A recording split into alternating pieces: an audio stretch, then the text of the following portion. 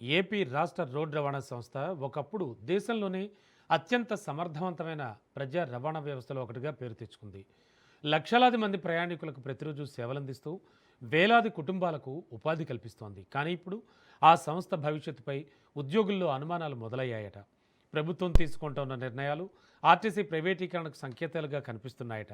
దేశంలోనే అతిపెద్ద ప్రజా రవాణా సంస్థల్లో ఒకటైన ఏపీఎస్ఆర్టీసీ రోజుకు 40 లక్షల మందికి పైగా ప్రయాణికులను గమ్యస్థానాలకు చేరుస్తోంది. 2020లో ప్రభుత్వంలో విలీనం తర్వాత ఉద్యోగులు ఎన్నో ఆశలు పెట్టుకున్నప్పటికీ జీతాల పెంపు నుంచి పదోన్నతుల వరకు అనేక సమస్యలు ఇంకా పరిష్కారం కాలేదని ఉద్యోగ సంఘాలు చెబుతున్నాయి. ఇప్పుడు ఎలక్ట్రిక్ బస్సుల నిర్వహణను ప్రైవేట్ సంస్థలకు అప్పగించే ప్రయత్నాలు జరుగుతున్నాయనే ప్రచారం కొత్త వివాదానికి దారితీసింది. దీంతో ఉద్యోగుల్లో ఆందోళన వ్యక్తమవుతోంది.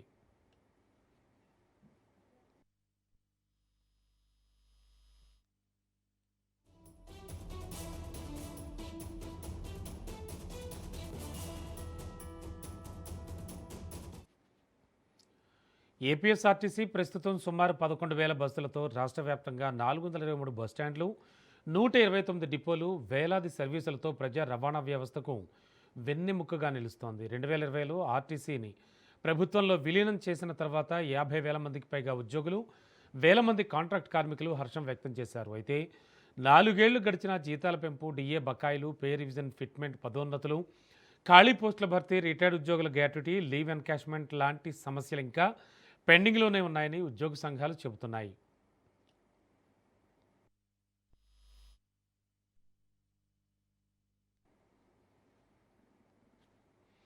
ఇక ఇదే సమయంలో కాలుష్య నియంత్రణలో భాగంగా ఎలక్ట్రిక్ వాహనాల వినియోగాన్ని కేంద్ర ప్రభుత్వం ప్రోత్సహిస్తోంది. పీఎం ఈ డ్రైవ్ పథకం కింద రాష్ట్రాలకు ఎలక్ట్రిక్ బస్సుల కొనుగోలుకు ఒక్కో బస్సుపై 20 నుంచి 30 లక్షల వరకు సబ్సిడీ అందిస్తోంది. ఈ అవకాశాన్ని వినియోగించుకుంటూ ఢిల్లీ, కేరళ, గోవా, త్రిపుర వంటి రాష్ట్రాలు ప్రభుత్వ రవాణా సంస్థల ద్వారానే ఎలక్ట్రిక్ బస్సులను కొనుగోలు చేసి నడుపుతున్నాయి. ఏపీలో కూడా డీజిల్ బస్సుల స్థానంలో ఎలక్ట్రిక్ బస్సులను తీసుకురావాలనే నిర్ణయాన్ని ఉద్యోగ సంఘాలు స్వాగతిస్తున్నాయి. అయితే బస్సుల నిర్వహణను ప్రైవేట్ సంస్థలకు అప్పగించనున్నారనే ప్రచారం ఉద్యోగుల్లో అనుమానాలకు తావిస్తోంది. ఇటీవల పూణేకి చెందిన పినాకిల్ సంస్థకు కొన్ని బాధ్యతలు అప్పగించనున్నారనే సమాచారం వెలుగులోకి రావడంతో ఉద్యోగుల్లో చర్చ మొదలైంది. విజయవాడ, భవానీపురం, గుంటూరు, నెల్లూరు, తిరుపతి వంటి కొన్ని డిపోల్లో ప్రైవేట్ భాగస్వామ్యం పెరుగుతోందనే వార్తలు కూడా ఉద్యోగుల్ని కలవరపెడుతున్నాయి.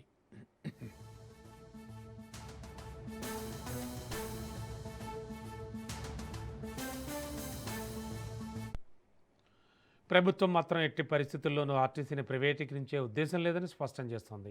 ఎలక్ట్రిక్ బస్సుల నిర్వహణకు ప్రత్యేక సాంకేతిక పరిజ్ఞానం అవసరమని, ప్రారంభ దశలో అనుభవం ఉన్న సంస్థల సహకారం తీసుకోవడం వల్ల ప్రజలకు మెరుగైన సేవలు అందుతాయని చెబుతోంది. ఉద్యోగాలపై ఎలాంటి ప్రభావం ఉండదని కూడా హామీ ఇస్తోంది. అయితే ఉద్యోగ సంఘాలు ఈ హామీలను పూర్తిగా నమ్మడం లేదు. BS1 నుంచి BS6 వరకు అన్ని రకాల బస్సులను నిర్వహించిన అనుభవం ఆర్టీసీ సిబ్బందికి ఉందని, ఎలక్ట్రిక్ బస్సులను కూడా తామే సమర్థంగా నిర్వహించగలమని చెబుతున్నారు. గతంలో CNG బస్సుల ప్రయోగం ఆశించిన ఫలితాలు ఇవ్వలేదని, తిరుపతిలో నడుస్తున్న ఎలక్ట్రిక్ బస్సుల పనితీరు కూడా అంతంత మాత్రంగానే ఉందని గుర్తు చేస్తున్నారు. అదేవిధంగా ఎలక్ట్రిక్ బస్సుల్లో డీజిల్ బస్సుల మాదిరిగా సామర్థ్యానికి మించి ప్రయాణికులను తీసుకెళ్లడం సాధ్యం కాదని కూడా వాదిస్తున్నారు.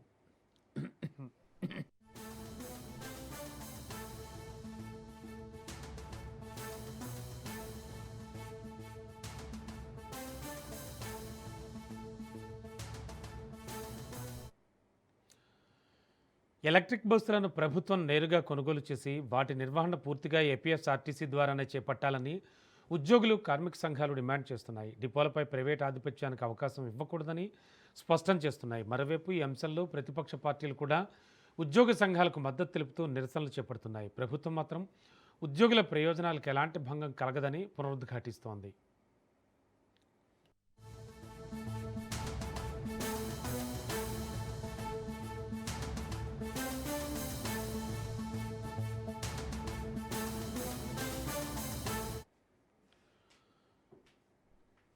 మొత్తానికి ఎలక్ట్రిక్ బస్సుల ప్రవేశాన్ని ఉద్యోగులు స్వాగతిస్తున్నప్పటికీ వాటి నిర్వహణను ప్రైవేట్ సంస్థలకు అప్పగించాలనే ప్రచారం తీవ్ర ఆందోళనకు కారణమవుతోంది.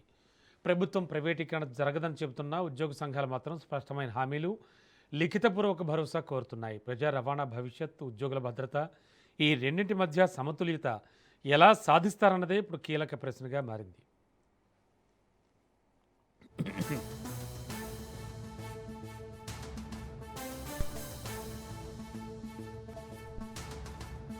హ్మ్.